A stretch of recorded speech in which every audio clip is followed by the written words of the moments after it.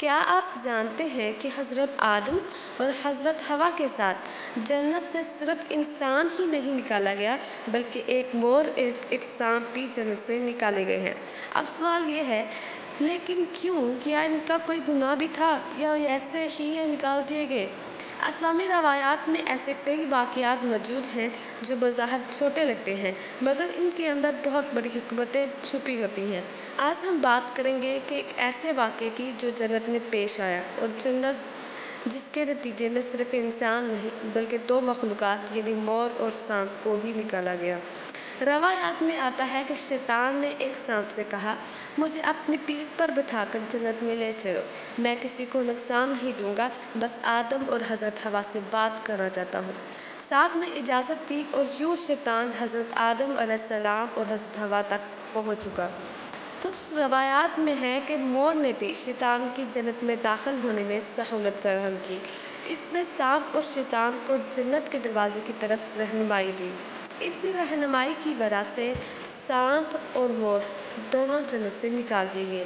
جب حضرت آدم، حوا اور سانپ اور مور کی حقیقت ظاہر ہوئی تو اللہ تعالیٰ نے آدم اور حضرت حوا کو زمین پر اتار دیا، لیکن مور اور سانپ کو بھی جنت سے نکال دیا۔ لیکن جنت سے نکالے جانے کے علاوہ مور کو ایک اور سزا دی گئی۔ اللہ تعالیٰ نے مور کو اتنا حسین بنایا تو پھر پاؤں بدصورت کیوں؟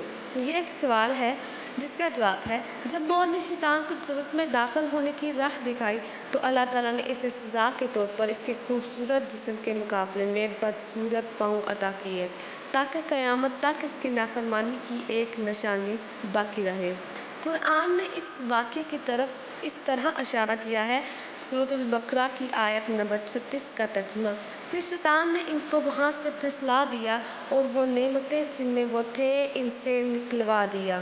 یہ واقعہ ہمیں یہ سکھاتا ہے کہ ہر چھوٹا عمل بڑے نتائج دے سکتا ہے۔ غلط کو سپورٹ کرنے والا بھی سزا کا مستحق ہو سکتا ہے۔ جنت ایک پاکیزہ جگہ ہے، وہاں صرف اللہ کے فرما بردار ہی رہ سکتے ہیں۔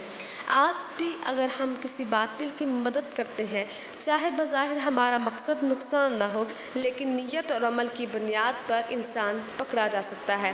اگر آپ نے اس واقعے سے کچھ سیکھا ہے تو اس ویڈیو کو لائک کریں، چینل کو سبسکرائب کریں اور نیچے کمنٹ کر کے بتائیں کہ آپ کو یہ بات پہلے معلوم تھی یا نہیں۔